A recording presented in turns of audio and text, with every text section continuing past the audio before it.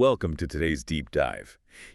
When you watch a movie and the hero finally wins, there's this expectation of a huge celebration. The music swells, the lighting gets bright. Right, the ultimate victory lap. Exactly. But in Mark's biblical account of the resurrection, it's like someone just abruptly cuts the music. We're looking at a really fascinating sermon by Pastor Sung No at Praise Presbyterian Church today, based on Mark 16.1-3. And our mission is to unpack this massive paradox. Why was the very first reaction to the empty tomb absolute terror instead of, joy? Yeah, it's a huge contrast. I mean, modern Easter is all pastel colors and triumphant hymns. But if you look at Mark 16.8, the women at the tomb just flee in silence. The text actually says they're trembling and bewildered. Okay, wait.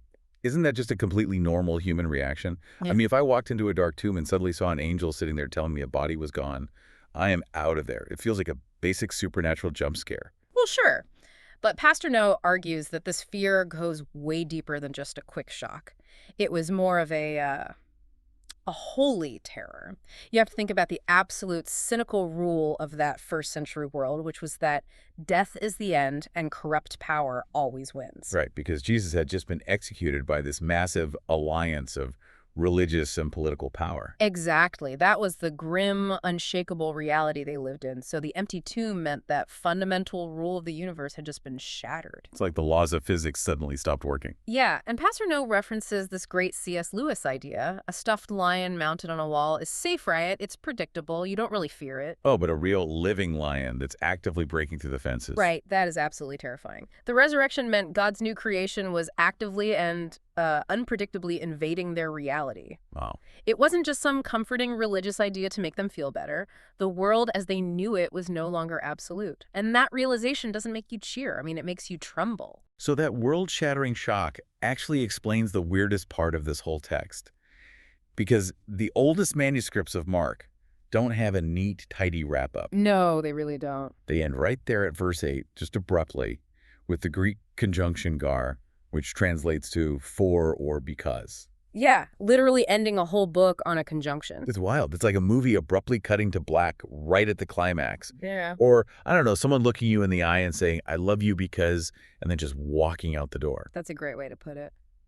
But why would the author intentionally frustrate the audience with an unfinished thought like that? Well, the theological meaning here is that this wasn't an accident. Mark deliberately left the text unresolved because the story of the resurrection isn't a closed historical loop. Okay, so it's not just a neat narrative tied up with a bow that you can passively observe. Exactly.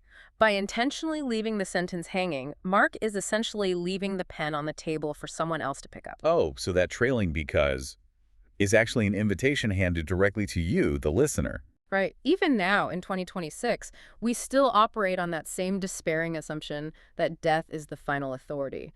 I mean, we build our whole lives around mitigating risk and avoiding the inevitable. Yeah, assuming cynicism is the only realistic worldview, like death is the end, so just get what you can out of life and protect your own. Exactly. But the text forces you to decide. Are you going to succumb to that worldly cynicism, or will you live out the daring, disruptive reality of this new creation?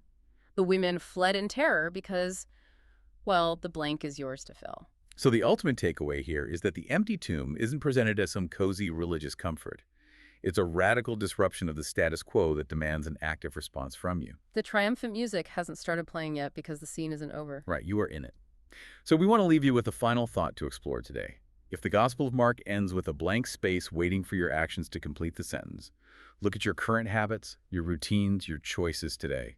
What exactly is the next word your life is writing?